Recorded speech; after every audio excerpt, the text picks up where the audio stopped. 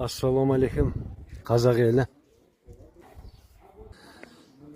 Мына алдарыңызда тұрған көк мешіт, көк күмбез, бұл Нұр атамыздың жерленген жері екен.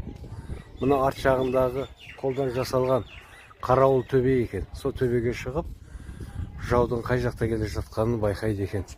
Бәрі кірпіштен өрілген, о жоғарыда биік. Мына мешіттер 16 ғасырда салыныпты. Өте керемет істеген. Жан-жағының бәрі көкпеңбек. Мына мешітті сіздерге көрсетейін. 16 ғасырда салынған. Мына есіктерге қараңыздар. Мінекей. Қазір Құда қаласа біздер Әйтеке би мешітінің қасына бармақшы. Келіп, қаншама туристер жүр.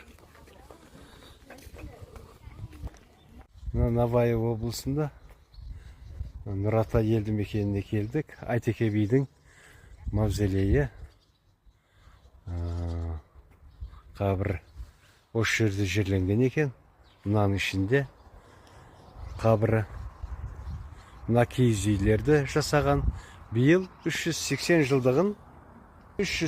жылдығын атап өтіпті биыл. 500-ден астам адам келді дейді.